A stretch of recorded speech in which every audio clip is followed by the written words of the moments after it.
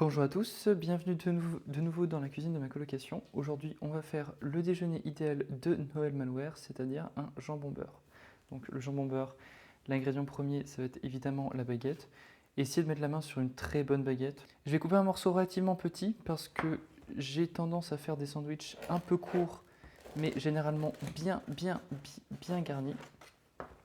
Donc voilà, notre sandwich fera à peu près cette taille.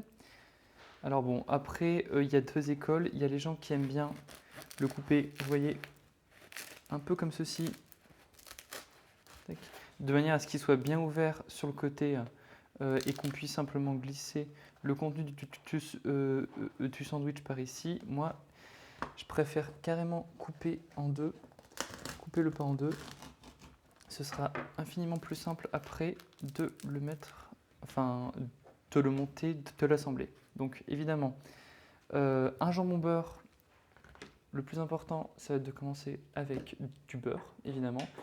Prenez, voilà, comme c'est vraiment l'un des seuls ingrédients, essayez vraiment d'avoir un très bon beurre, enfin un beurre que vous êtes prêt à manger comme ça sans rien. Donc je l'ai sorti du réfrigérateur il y a environ une petite demi-heure. C'est vraiment nécessaire pour qu'il soit euh, à température étalable. Évidemment, si vous le sortez du frigo simplement 2 minutes avant, il sera beaucoup trop dur. Et dans ce cas-là, je vous conseillerais dans- euh, de couper un morceau de la plaquette et de le passer pendant 10-15 minutes, 10-15 minutes, pardon, 10-15 secondes au micro-ondes. Il ne faut surtout pas qu'il fonde, mais il faut qu'il ramollisse un peu. Donc 10-15 secondes dans un micro-ondes pas trop fort.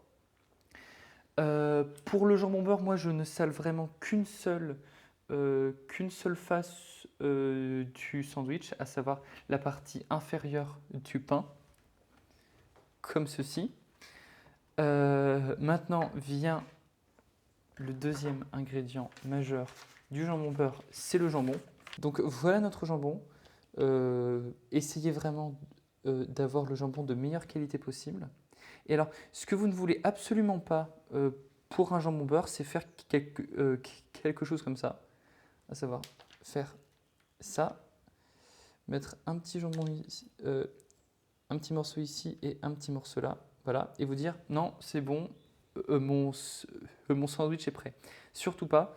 Ne vous contentez surtout pas d'avoir comme ça une seule couche de jambon. Parce que vous n'allez vraiment pas assez sentir le goût de la viande par rapport au pain. Moi, ce que je vous recommande, c'est vraiment de faire, comme j'ai un peu commencé à faire ici, euh, déchiqueter un peu les morceaux de jambon à la main, les émietter comme ça, et en faire, essayer de les répartir voilà, on pourrait appeler ça de la chiffonnade. En fait, c'est vraiment quelque chose de très bourrin, entre guillemets. L'objectif, c'est vraiment de mettre, euh, une épaisseur de jambon vraiment importante. Voilà. Histoire d'avoir quelque chose de vraiment bien épais. Je vous ai prévenu, ce serait un sandwich quand même bien épais, bien généreux. Voilà, là j'ai mis l'équivalent de une tranche et demie de jambon, peut-être deux. Ça c'est un jambon qui s'effiloche très bien, ça fait très bien l'affaire. Voilà, généreusement ici. Donc j'aurais mis l'équivalent de deux tranches de jambon. Vous pouvez vous arrêter là, vous aurez déjà vraiment un sandwich qui est vraiment excellent. Mais je vous recommande quand même de rajouter quelques trucs. Moi je suis un grand partisan du jambon beurre comté. Prenez un comté qui a vraiment maturé, disons 9-12 mois, histoire qu'il y ait vraiment un peu de goût. Essayez d'en faire des tranches un peu fines, mais pas trop non plus. Voilà, comme ça. Et donc ces petites tranches, vous allez simplement gentiment les disposer à la surface de votre sandwich. Vous vous demanderez certainement pourquoi j'ai pas commencé par mettre d'abord le fromage avant de mettre le jambon, de manière à ce que voilà, les morceaux de jambon comme ça aient moins tendance à se casser la gueule. Simplement, je trouve que c'est important d'avoir vraiment, quand on croque dans le sandwich, d'avoir juste au-dessus de la langue une bonne tranche de pain, le beurre, et là, de sentir directement le jambon.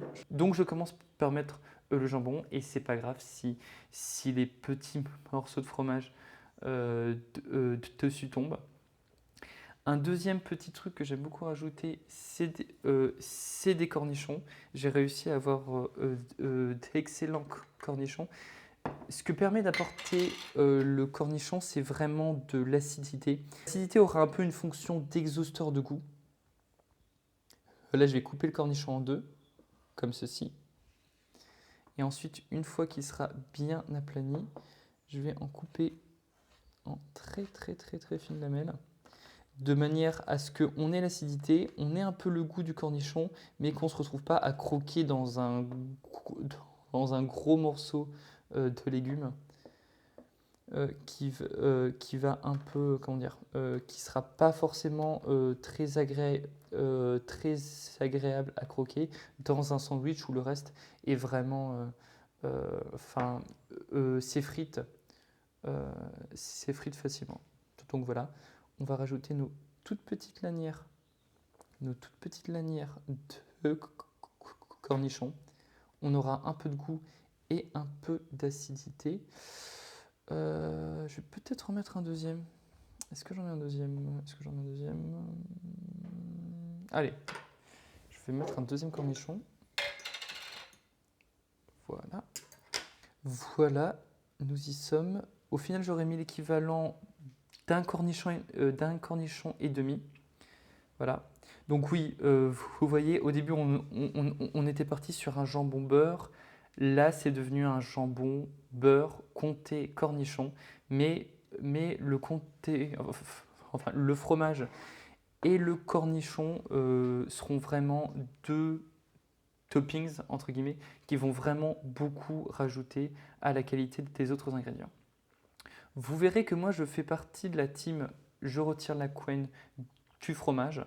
Ne la jetez surtout pas, ce serait vraiment dommage, parce qu'elle a vraiment un excellent goût. Le gras dans la viande, j'ai l'impression que ça contient un peu plus de ce qu'on appelle le umami, le goût assez typique de la viande et de la fermentation.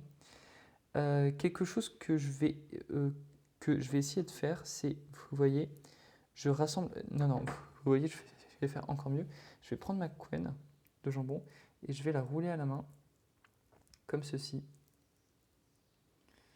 Je vais la rouler et vous allez voir ce que je vais faire vraiment pour ne rien perdre.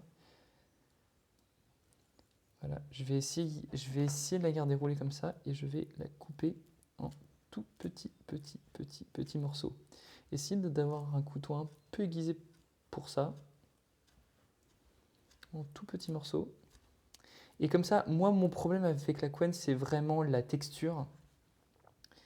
Et donc, en faisant ça, un peu comme ce qu'on a fait comme le cornichon, on le hache en petits morceaux. Et du coup, on aura beaucoup moins la texture. Et alors, comme ça, simplement pour finir le sandwich, je mets un tout petit peu de la couenne, vraiment hachée.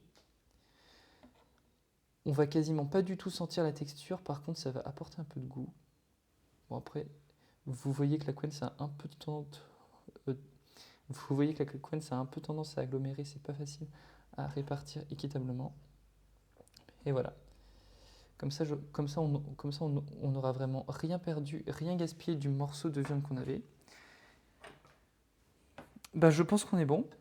Voilà, on a ce qui est pour moi le jambon beurre idéal. On ne pourra pas faire mieux, c'est rustique, c'est bourratif et voilà, c'est vraiment le déjeuner idéal comme l'apprécie Noël Malware. je vais me permettre, parce que quand même, ça fait toujours envie, je vais me permettre de faire une petite vue en coupe du sandwich pour que vous puissiez l'apprécier. Voilà. Regardez-moi ça.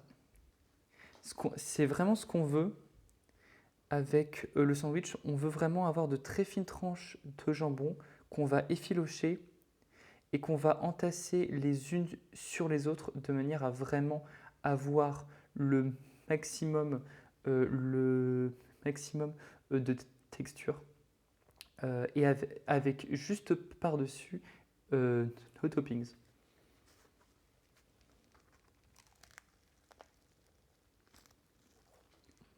Voilà, l'intérêt de monter le sandwich comme ça, c'est vraiment qu'on sent le cornichon uniquement à la fin de la bouchée. Et c'est vraiment là que c'est agréable d'avoir de l'acide. Donc vraiment, là, on est sur un jambon beurre de très haute volée. Je vous conseille vraiment d'adopter cette préparation pour faire votre sandwich. Voilà, j'ai mis notre jambon beurre en assiette. C'est vraiment un sandwich comme ça qui a beaucoup de classe. C'est vraiment un déjeuner incontournable, mais il a beau avoir la classe, ça reste quelque chose de limite un peu vulgaire pour quelqu'un qui a le niveau de vie de Noël Malware. Et c'est pour ça que je vais vous présenter une deuxième version de ce sandwich, directement inspiré de Noël Malware, qui là sera vraiment à la hauteur du standing. Donc je commence par me recouper un morceau de cette excellente baguette. Là vraiment, on ne se moque pas de Noël Malware parce qu'on a affaire tout simplement à la meilleure baguette de Paris de 2021.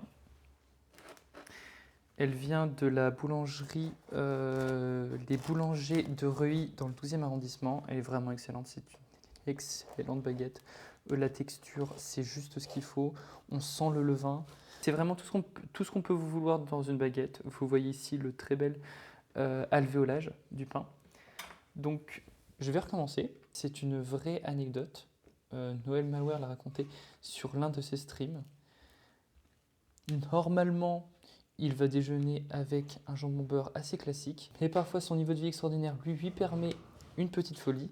Et cette petite folie, en l'occurrence, ce sera de remplacer le jambon classique par un jambon d'un peu plus haut standing. Alors là, je suis simplement allé dans ma charcuterie et j'ai demandé le jambon le plus cher qu'ils avaient. C'est un jambon cru italien, le Sant'Agnelli. J'espère que je prononce bien. Là, je vais même pas enlever la couette, je vais simplement l'effriter un tout petit peu à la main et on va le disposer. Alors bon, ici on est sur un jambon cru, donc ça va quand même avoir beaucoup plus de goût et beaucoup plus de sel qu'un jambon blanc classique. Donc voilà, simplement chiffonner un peu, mais ce n'est pas la peine d'en empiler des couches et des couches entières.